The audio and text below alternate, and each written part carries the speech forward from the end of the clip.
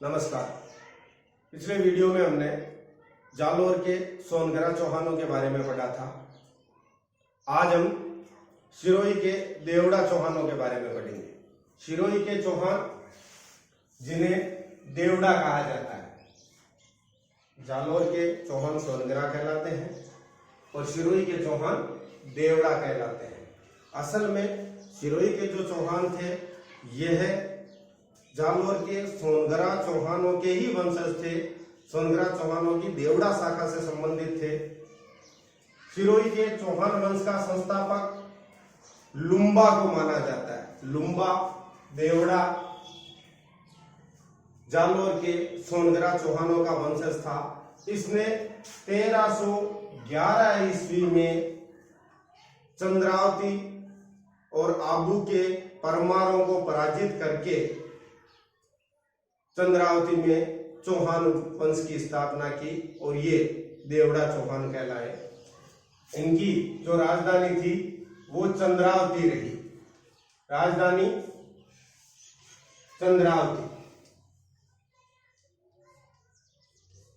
जो आबू क्षेत्र में है, चंद्रावती इनकी राजधानी थी। संस्थापक लुम्बा था। चंद्रावती पर पहले परमारों का शासन था। परमारों से लुम्बा ने चंद्रावती को जीता था। कभी इनकी राजधानी चंद्रावती तो कभी अचलगढ़ रही। आगे के सालों में बाद में इनकी राजधानी आवश्यकता अनुसार बदलती रहती थी। इनकी प्रमुख राजधानी चंद्रावती थी, लेकिन कई बार ये अचलगढ़ को भी अपनी राजधानी बनाते थे। लुम्बा चौहान के बाद उसके उत्तराधिकारी हुए क्रमशः तेज सिंह।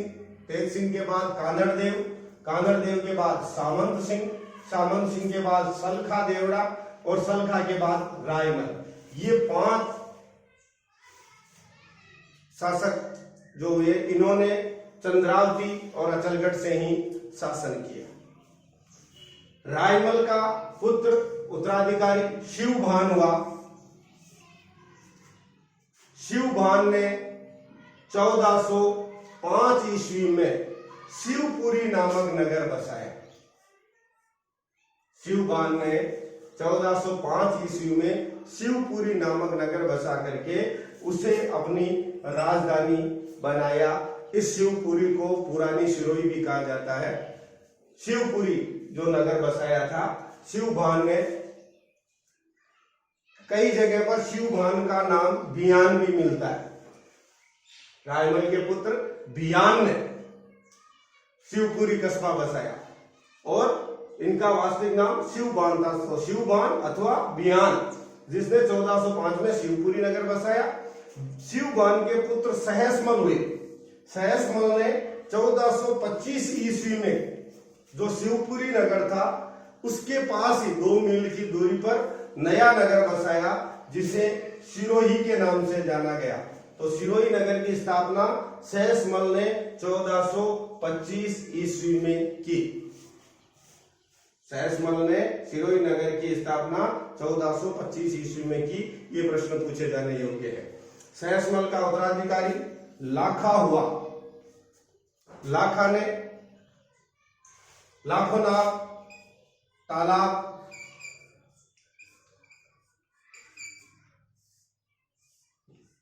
तालाब का निर्माण करवाया। लाखा ने कालिका माता का मंदिर बनवाया।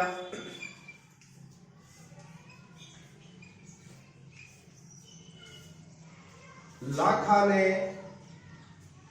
महाराणा कुंभा के पुत्र उदय सिंह, जिसने महाराणा कुंभा की हत्या कर दी थी और उदा शासक बन गया था, तो उदा से लाखा ने महाराणा उदा या उदय सिंह प्रथम से आबू का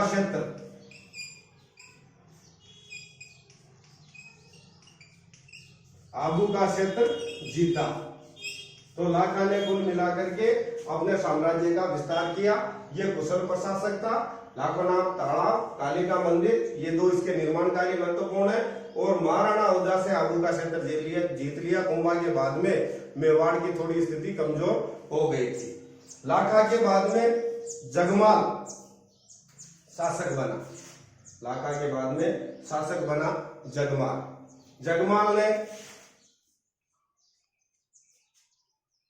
महाराणा रायमल, जो मेवाड़ के महाराणा थे, रायमल, उदा के बाद जो शासक बने महाराणा रायमल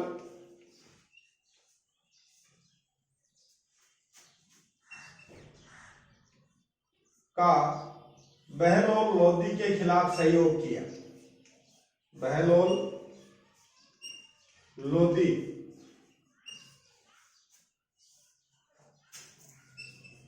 के खिलाफ सहयोग किया। यह घटना 1474 ईस्वी की है। बहलोल लोधी और महाराणा रायमल, मेवाड़ के महाराणा रायमल और बहलोल लोधी के बीच में युद्ध हुआ 1474 में, जिसमें जगमाल ने, सिरोही के शासक जगमाल देवड़ा ने महाराणा रायमल का साथ दिया था। आगे जो महत्वपूर्ण बात है वो ये है कि जगमाल ही वह शासक था जिसने मेवाड़ के कुंवर पृथ्वीराज सिंह को दवाई के बहाने जहर दे दिया था। मैं यहाँ एक बात क्लियर कर देना चाहता हूँ कि जगमाल जो था, इसका ससुराल रायमल के यहाँ था, यानी मेवाड़ इनका ससुराल था। जगमाल का ससुराल मेवाड़ में था और इस तरह से महाराणा संग्राम सिंह का भाई कुंवर पृथ्वीराज सिंह, जिसके बारे में मैंने आपको पहले बताया, उन्ना राजकुमार जिसे कहा जाता है, और जिसकी पत्नी तारा के नाम पर ही तारागढ़, जो अजमेर का किला है उसका नाम तारागढ़ पड़ा, वही पृथ्वीराज सिंह जो कि रिश्ते में जगमाल का साला था, उसको दवाई के बहाने जहर दिलवाने का काम जगमाल ने ही किया था, जिससे कुंभलगढ़ के पास में उसकी मृत्यु हो गई। तो कुंवर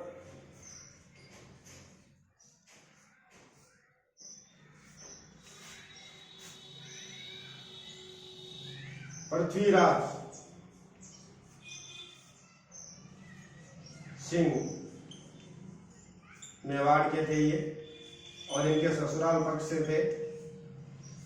पृथ्वीराज सिंह को जहर देकर मरवाया था। यह काम जगमाल ने किया। सिरोही के देवड़ा अखयराज देवड़ा ने, मैंने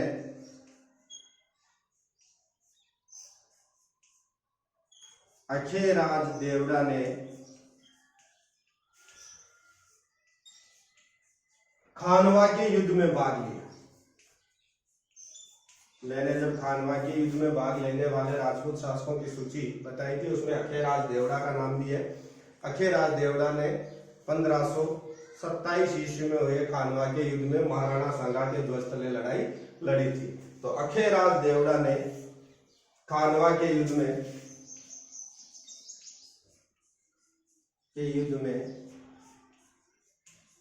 भाग लिया। सिरोही के देवड़ाओं के बारे में यही महत्वपूर्ण बातें पूछी जाती है। इसके अलावा जो सबसे महत्वपूर्ण बात वो ये है 1823 ईस्वी में शिव सिंह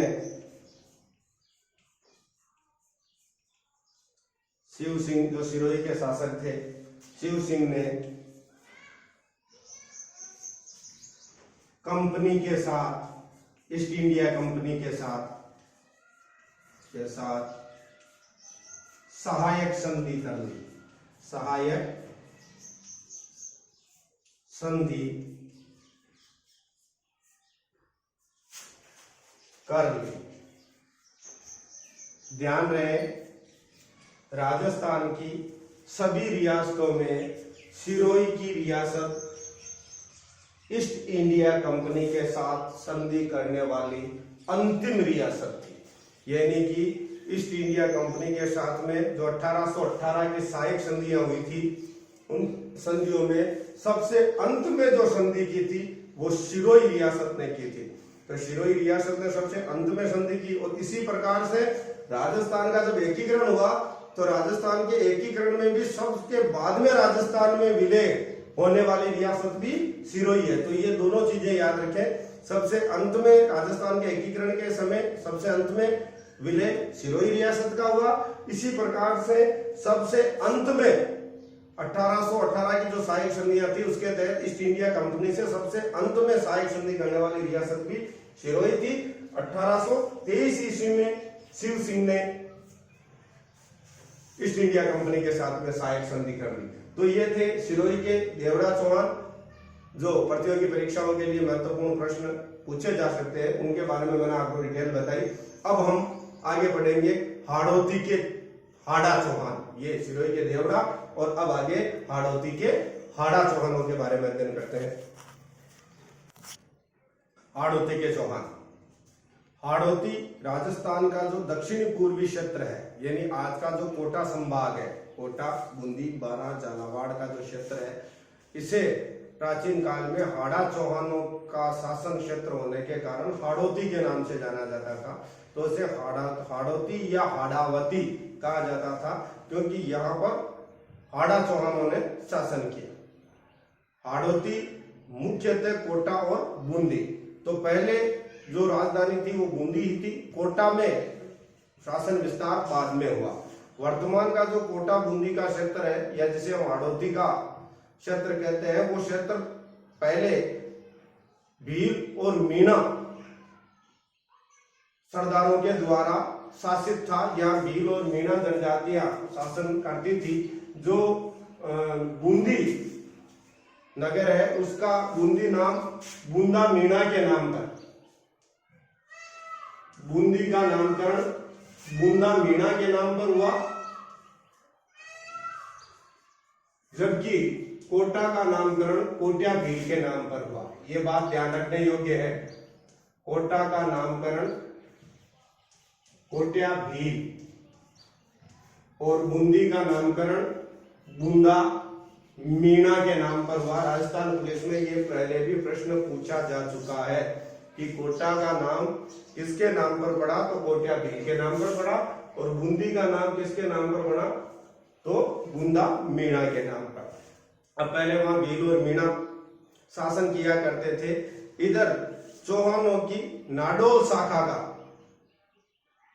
देवा या देवी सिंह था, जिसने 1241 ईस्वी में मीणाओं से बूंदी को जीत करके नया शासन स्थापित किया, नया राज्य कायम किया, जिसे हाड़ा राजवंश या हाड़ौती का शासन कहा जाता है। तो हाड़ौती के चौहान वंश का संस्थापक कौन था? देवा या देवी सिंह। 1241 ईस्वी में देवा या देवी सिंह ने मीणाओं से बूंदी को जीत करके अपना शासन स्थापित किया। फिर क्लियर कर देता हूं, देवा जो था चौहानों की नाडोल शाखा से संबंधित था, नाडोल के चौहानों का वंशज था, और बेम्बावत गांव का सामंत था, जो कि मेवाड़ के अधीन था। मेवाड़ के बेम्बावत गांव का सामंत देवी सिंह था, जो नाडोल के चौहान शाखा का वंशज था। उसने बूंदी को 1241 में जीत करके हाड़ा राजवंश की स्थापना की। तो इस तरह से संस्थापक हुआ देवा देवी सिंह, और सन हुआ 1241। बूंदी का नाम बूंदा मीणा के नाम पर पड़ा, और कोट्या भील के नाम पर कोटा का नाम पड़ा। लेकिन यहां हमें एक बात ध्यान रखनी है कि बूंदा का जो बूंदी का नाम बूंदा मीणा के नाम पर पड़ा, ये बाद की बात है। इस बूंदी का नाम वृंदावली मिलता है। बूंदी का प्राचीन नाम वृंदावली। अब ये वृंदावली बूंदी का नाम कहां मिलता है? तो दो प्राचीन अभिलेख है। एक तो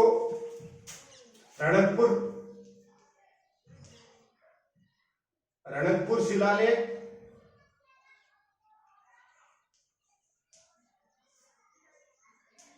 और दूसरा खजूरी शिलालेख। खजूरी शिलालेख ये दो पुरातात्विक साक्ष्य है जिनमें बूंदी का नाम वृंदावली मिलता है। खजूरी शिलालेख जो 1506 ईस्वी में लिखा गया और रणकपुर का लेख, ये दो ऐसे लेख है जिनमें बूंदी का नाम वृंदावली मिलता है। तो ध्यान रहे, अगर कभी प्रश्न आ जाए बूंदी का प्राचीन नाम क्या है तो उत्तर होगा वृंदावली। अगर प्रश्न आ जाए कि बूंदी नाम किसके नाम पर हुआ तो बूंदा मीणा। कोटा का नाम किसके नाम पर हुआ तो कोट्या भील। हाड़ौती में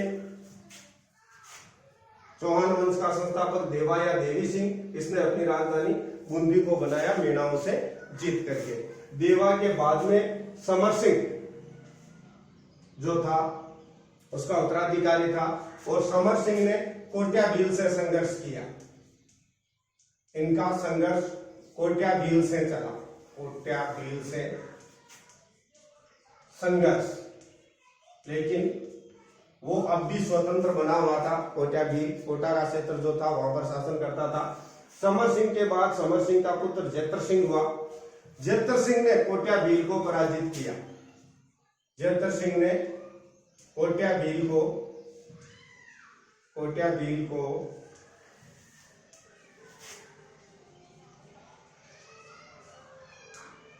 पराजित किया और कोटा का जो क्षेत्र था उसे बूंदी राज्य में मिला लिया। इस तरह से कोट्या भील का पतन किसने किया? जेतर सिंह ने किया। जेतर सिंह के बाद मेवाड़ के महाराणा क्षेत्र सिंह ने, जिन्हें चैत सिंह या क्षेत्र सिंह के नाम से जाना जाता है, लाखा से पहले महाराणा क्षेत्र सिंह ने, मेवाड़ के महाराणा क्षेत्र सिंह ने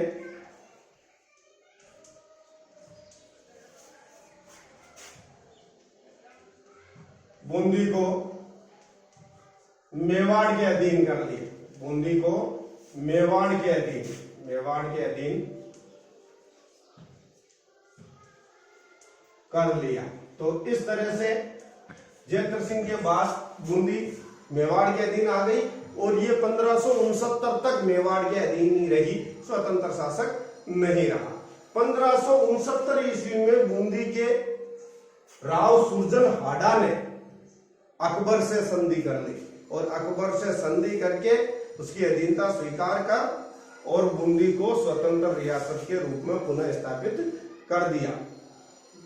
क्षेत्र सिंह से लेकर के 1569 तक बूंदी मेवाड़ के अधीन रही। 1569 में सुरजन हाडा ने अकबर से संधि करके बूंदी को पुनः एक स्वतंत्र रियासत के रूप में स्थापित किया। तो 1569 में ईस्वी में अकबर से संधि किसने की? राव सुरजन हाडा ने। राव सुरजन हाडा 1569 से 1585 ईस्वी तक का शासन काल है राव सुरजन हाडा का।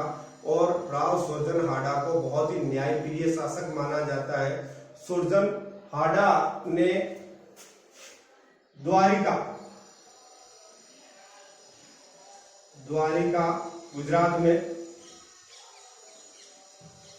द्वारिका में रणछोड़ जी के मंदिर का निर्माण करवाया। द्वारिका में रणछोड़ मंदिर का निर्माण करवाया।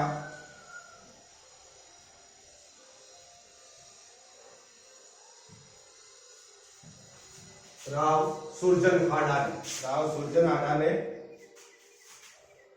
1569 में अकबर से संधि की, द्वारिका में रणछोड़ मंदिर का निर्माण करवाया। सुरजन हाडा के दरबारी विद्वान चंद्रशेखर ने सुरजन चरित्र की रचना की। ये बहुत इंपॉर्टेंट बात है। सुरजन चरित्र का रचनाकार कौन है, ये प्रश्न पूछा जाता है। सुरजन चरित्र, तो सुरजन चरित्र का रचनाकार है चंद्रशेखर।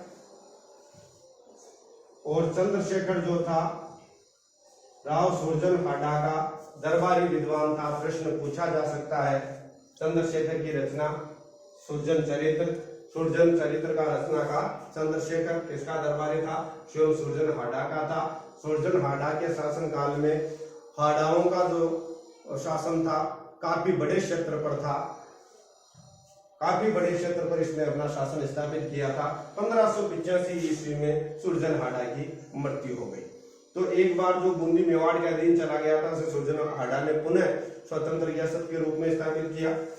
सुरजन हाड़ा के बाद में उसका उत्तराधिकारी राव भोज हुआ, जो 1585 से 1607 तक बूंदी का शासक रहा। राव भोज का उत्तराधिकारी राव रतन हुआ। राव रतन जो था 1607 से 1621 तक शासक रहा। राव रतन ने यह भी बहुत ही न्यायप्रिय शासक था और इससे दो उपाधियां दी गई है, एक तो सरबुंद राय तथा दूसरी है रामराज। सरबुंद राय की उपाधि हाड़ौती के किस शासक को दी गई? तो राव रतन को दी गई। और दूसरी उपाधि क्या है? रामराज की उपाधियां धारण करने वाला शासक था राव रतन। और राव रतन के बाद में उसका उत्तराधिकारी हुआ राव शत्रुशाल। राव शत्रुशाल का शासनकाल 1621 से लेकर के 1658 ईस्वी तक था। शत्रुशाल के बाद में कोटा का शासक राव भानु हुआ, जिसके शासनकाल में बूंदी चित्रकला जो है, बूंदी की जो चित्रकला शैली है उसका जबरदस्त विकास हुआ। इसके बारे में मैं आपको आगे बताता हूं। तो यहां से आप हाड़ौती के चौहानों का संस्थापक देवा को और ये दो प्रश्न कोटा और बूंदी के नामकरण वाले, और बूंदी का प्राचीन नाम वृंदावली, और द्वारिका में गुजरात में जो रणछोड़ मंदिर है, और सुरजन चरित्र जो चंद्रशेखर द्वारा रचित है। ये 4-5 बहुत ही इंपॉर्टेंट प्रश्न है। ये सारे प्रश्न पहले परीक्षाओं में पूछे गए हैं और भी पूछे जाने की संभावना है। तो राव शत्रुशाल का अध्ययन किया। अब हम इनसे आगे के बारे में जानेंगे।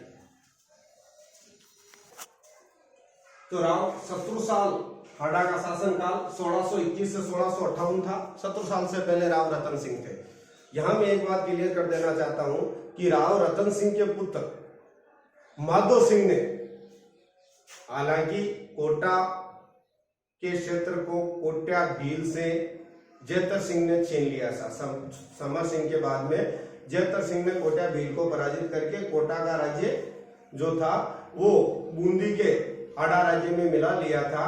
आगे चल करके राव रतन सिंह जो बूंदी के शासक थे, उनके पुत्र राव माधो सिंह ने कोटा में स्वतंत्र राज्य की स्थापना कर ली और वो वहां के शासक बन गए। तो रतन सिंह के बाद में माधो सिंह तो कोटा के शासक हुए और शत्रुशाल जो थे वो बूंदी के शासक रहे। शत्रुशाल ने सामूगढ़ के युद्ध में शाही सेना का साथ दिया था। शाहजहां के 4 पुत्र जो थे, दारा, शुजा, मुराद, औरंगजेब, इनमें उत्तराधिकार संघर्ष चल रहा था 1658 में। और 1658 में हुए उत्तराधिकार संघर्ष में सामूगढ़ का जो युद्ध लड़ा गया था, उस युद्ध में राव शत्रुशाल ने औरंगजेब के विरुद्ध दारा सिखों का साथ दिया, या यूं कहे शाही सेना का साथ दिया। शाहजहां की सेना का साथ दिया था राव शत्रुशाल ने, और वो वीर गति को भी प्राप्त हुए। इनके बाद शत्रुशाल के बाद में राव भाव सिंह बूंदी के शासक बने। इनका शासनकाल था 1658 से 81 ईस्वी। राव भाव सिंह का शासनकाल बूंदी चित्रकला शैली के चरमोत्कर्ष काल के रूप में माना जाता है। बूंदी चित्रकला शैली का सर्वाधिक विकास किस शासक के शासनकाल में हुआ? तो राव भाव सिंह के शासनकाल में हुआ। बूंदी चित्रकला का चरमोत्कर्ष या बूंदी चित्रकला शैली का स्वर्ण युग हम इसको कह सकते हैं। बूंदी चित्र शैली जिसमें पेड़ पौधों और पशु पक्षियों को ज्यादा महत्व दिया जाता है, ये जो चित्र शैली है इसका सबसे ज्यादा विकास राव भाव सिंह के शासनकाल में हुआ। राव भाव सिंह के बाद में राव अनिरुद्ध, और राव अनिरुद्ध के बाद में राव राजा बुद्ध सिंह बूंदी के शासक बने। और यही वह काल था जब इनमें आपस में उत्तराधिकार संघर्ष छिड़ गया था। राव राजा बुद्ध सिंह के शासनकाल के बाद में यहाँ उत्तराधिकार संघर्ष छिड़ गया और उसके बाद में बूंदी में मराठों का प्रवेश हो गया था। मराठों का प्रवेश, एक प्रश्न बहुत इंपॉर्टेंट पूछा जाता है, राजस्थान में सर्वप्रथम मराठों का प्रवेश कहां से हुआ? तो बूंदी के उत्तराधिकार संघर्ष में, मैं आगे जो मराठों के बारे में पढ़ाऊंगा तब बताऊंगा कि बूंदी के उत्तराधिकार संघर्ष ने मराठों को राजस्थान में आने का अवसर दे दिया था और बुद्ध सिंह के शासनकाल में मराठे सर्वप्रथम बूंदी में प्रवेश कर गए थे। यानी मराठों का प्रवेश राजस्थान में सर्वप्रथम हाड़ौती से हुआ, या अगर पर्टिकुलर रियासत की बात करें तो बूंदी रियासत से हुआ था। बुद्ध सिंह के बाद में मराठों ने बूंदी की स्थिति बहुत खराब कर दी। वो बार बार कर वसूलते थे और आपस में एक दूसरे को लड़ा करके उत्तराधिकार के मामले पर और उनसे काफी धन वसूल करते थे। मराठों से तंग आकर के 1818 ईस्वी में मराठों से सुरक्षा हेतु Rao Vishnu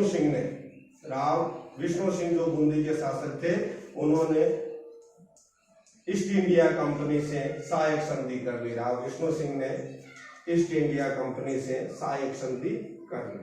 east India company के साथ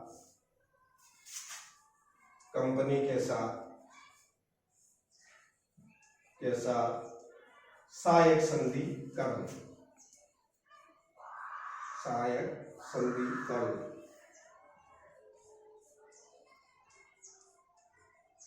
और इस तरह से अब बूंदी रियासत ईस्ट इंडिया कंपनी के संरक्षण में आ गई थी। अगले वीडियो में हम कोटा के चौहानों के बारे में पढ़ेंगे और इसके साथ ही चौहान वंश का इतिहास पूरा हो जाएगा। तो कोटा के चौहान माधो सिंह से लेकर के और ईस्ट इंडिया कंपनी से संधि तक का इतिहास अपन अगले वीडियो में पढ़ेंगे। तब तक के लिए धन्यवाद।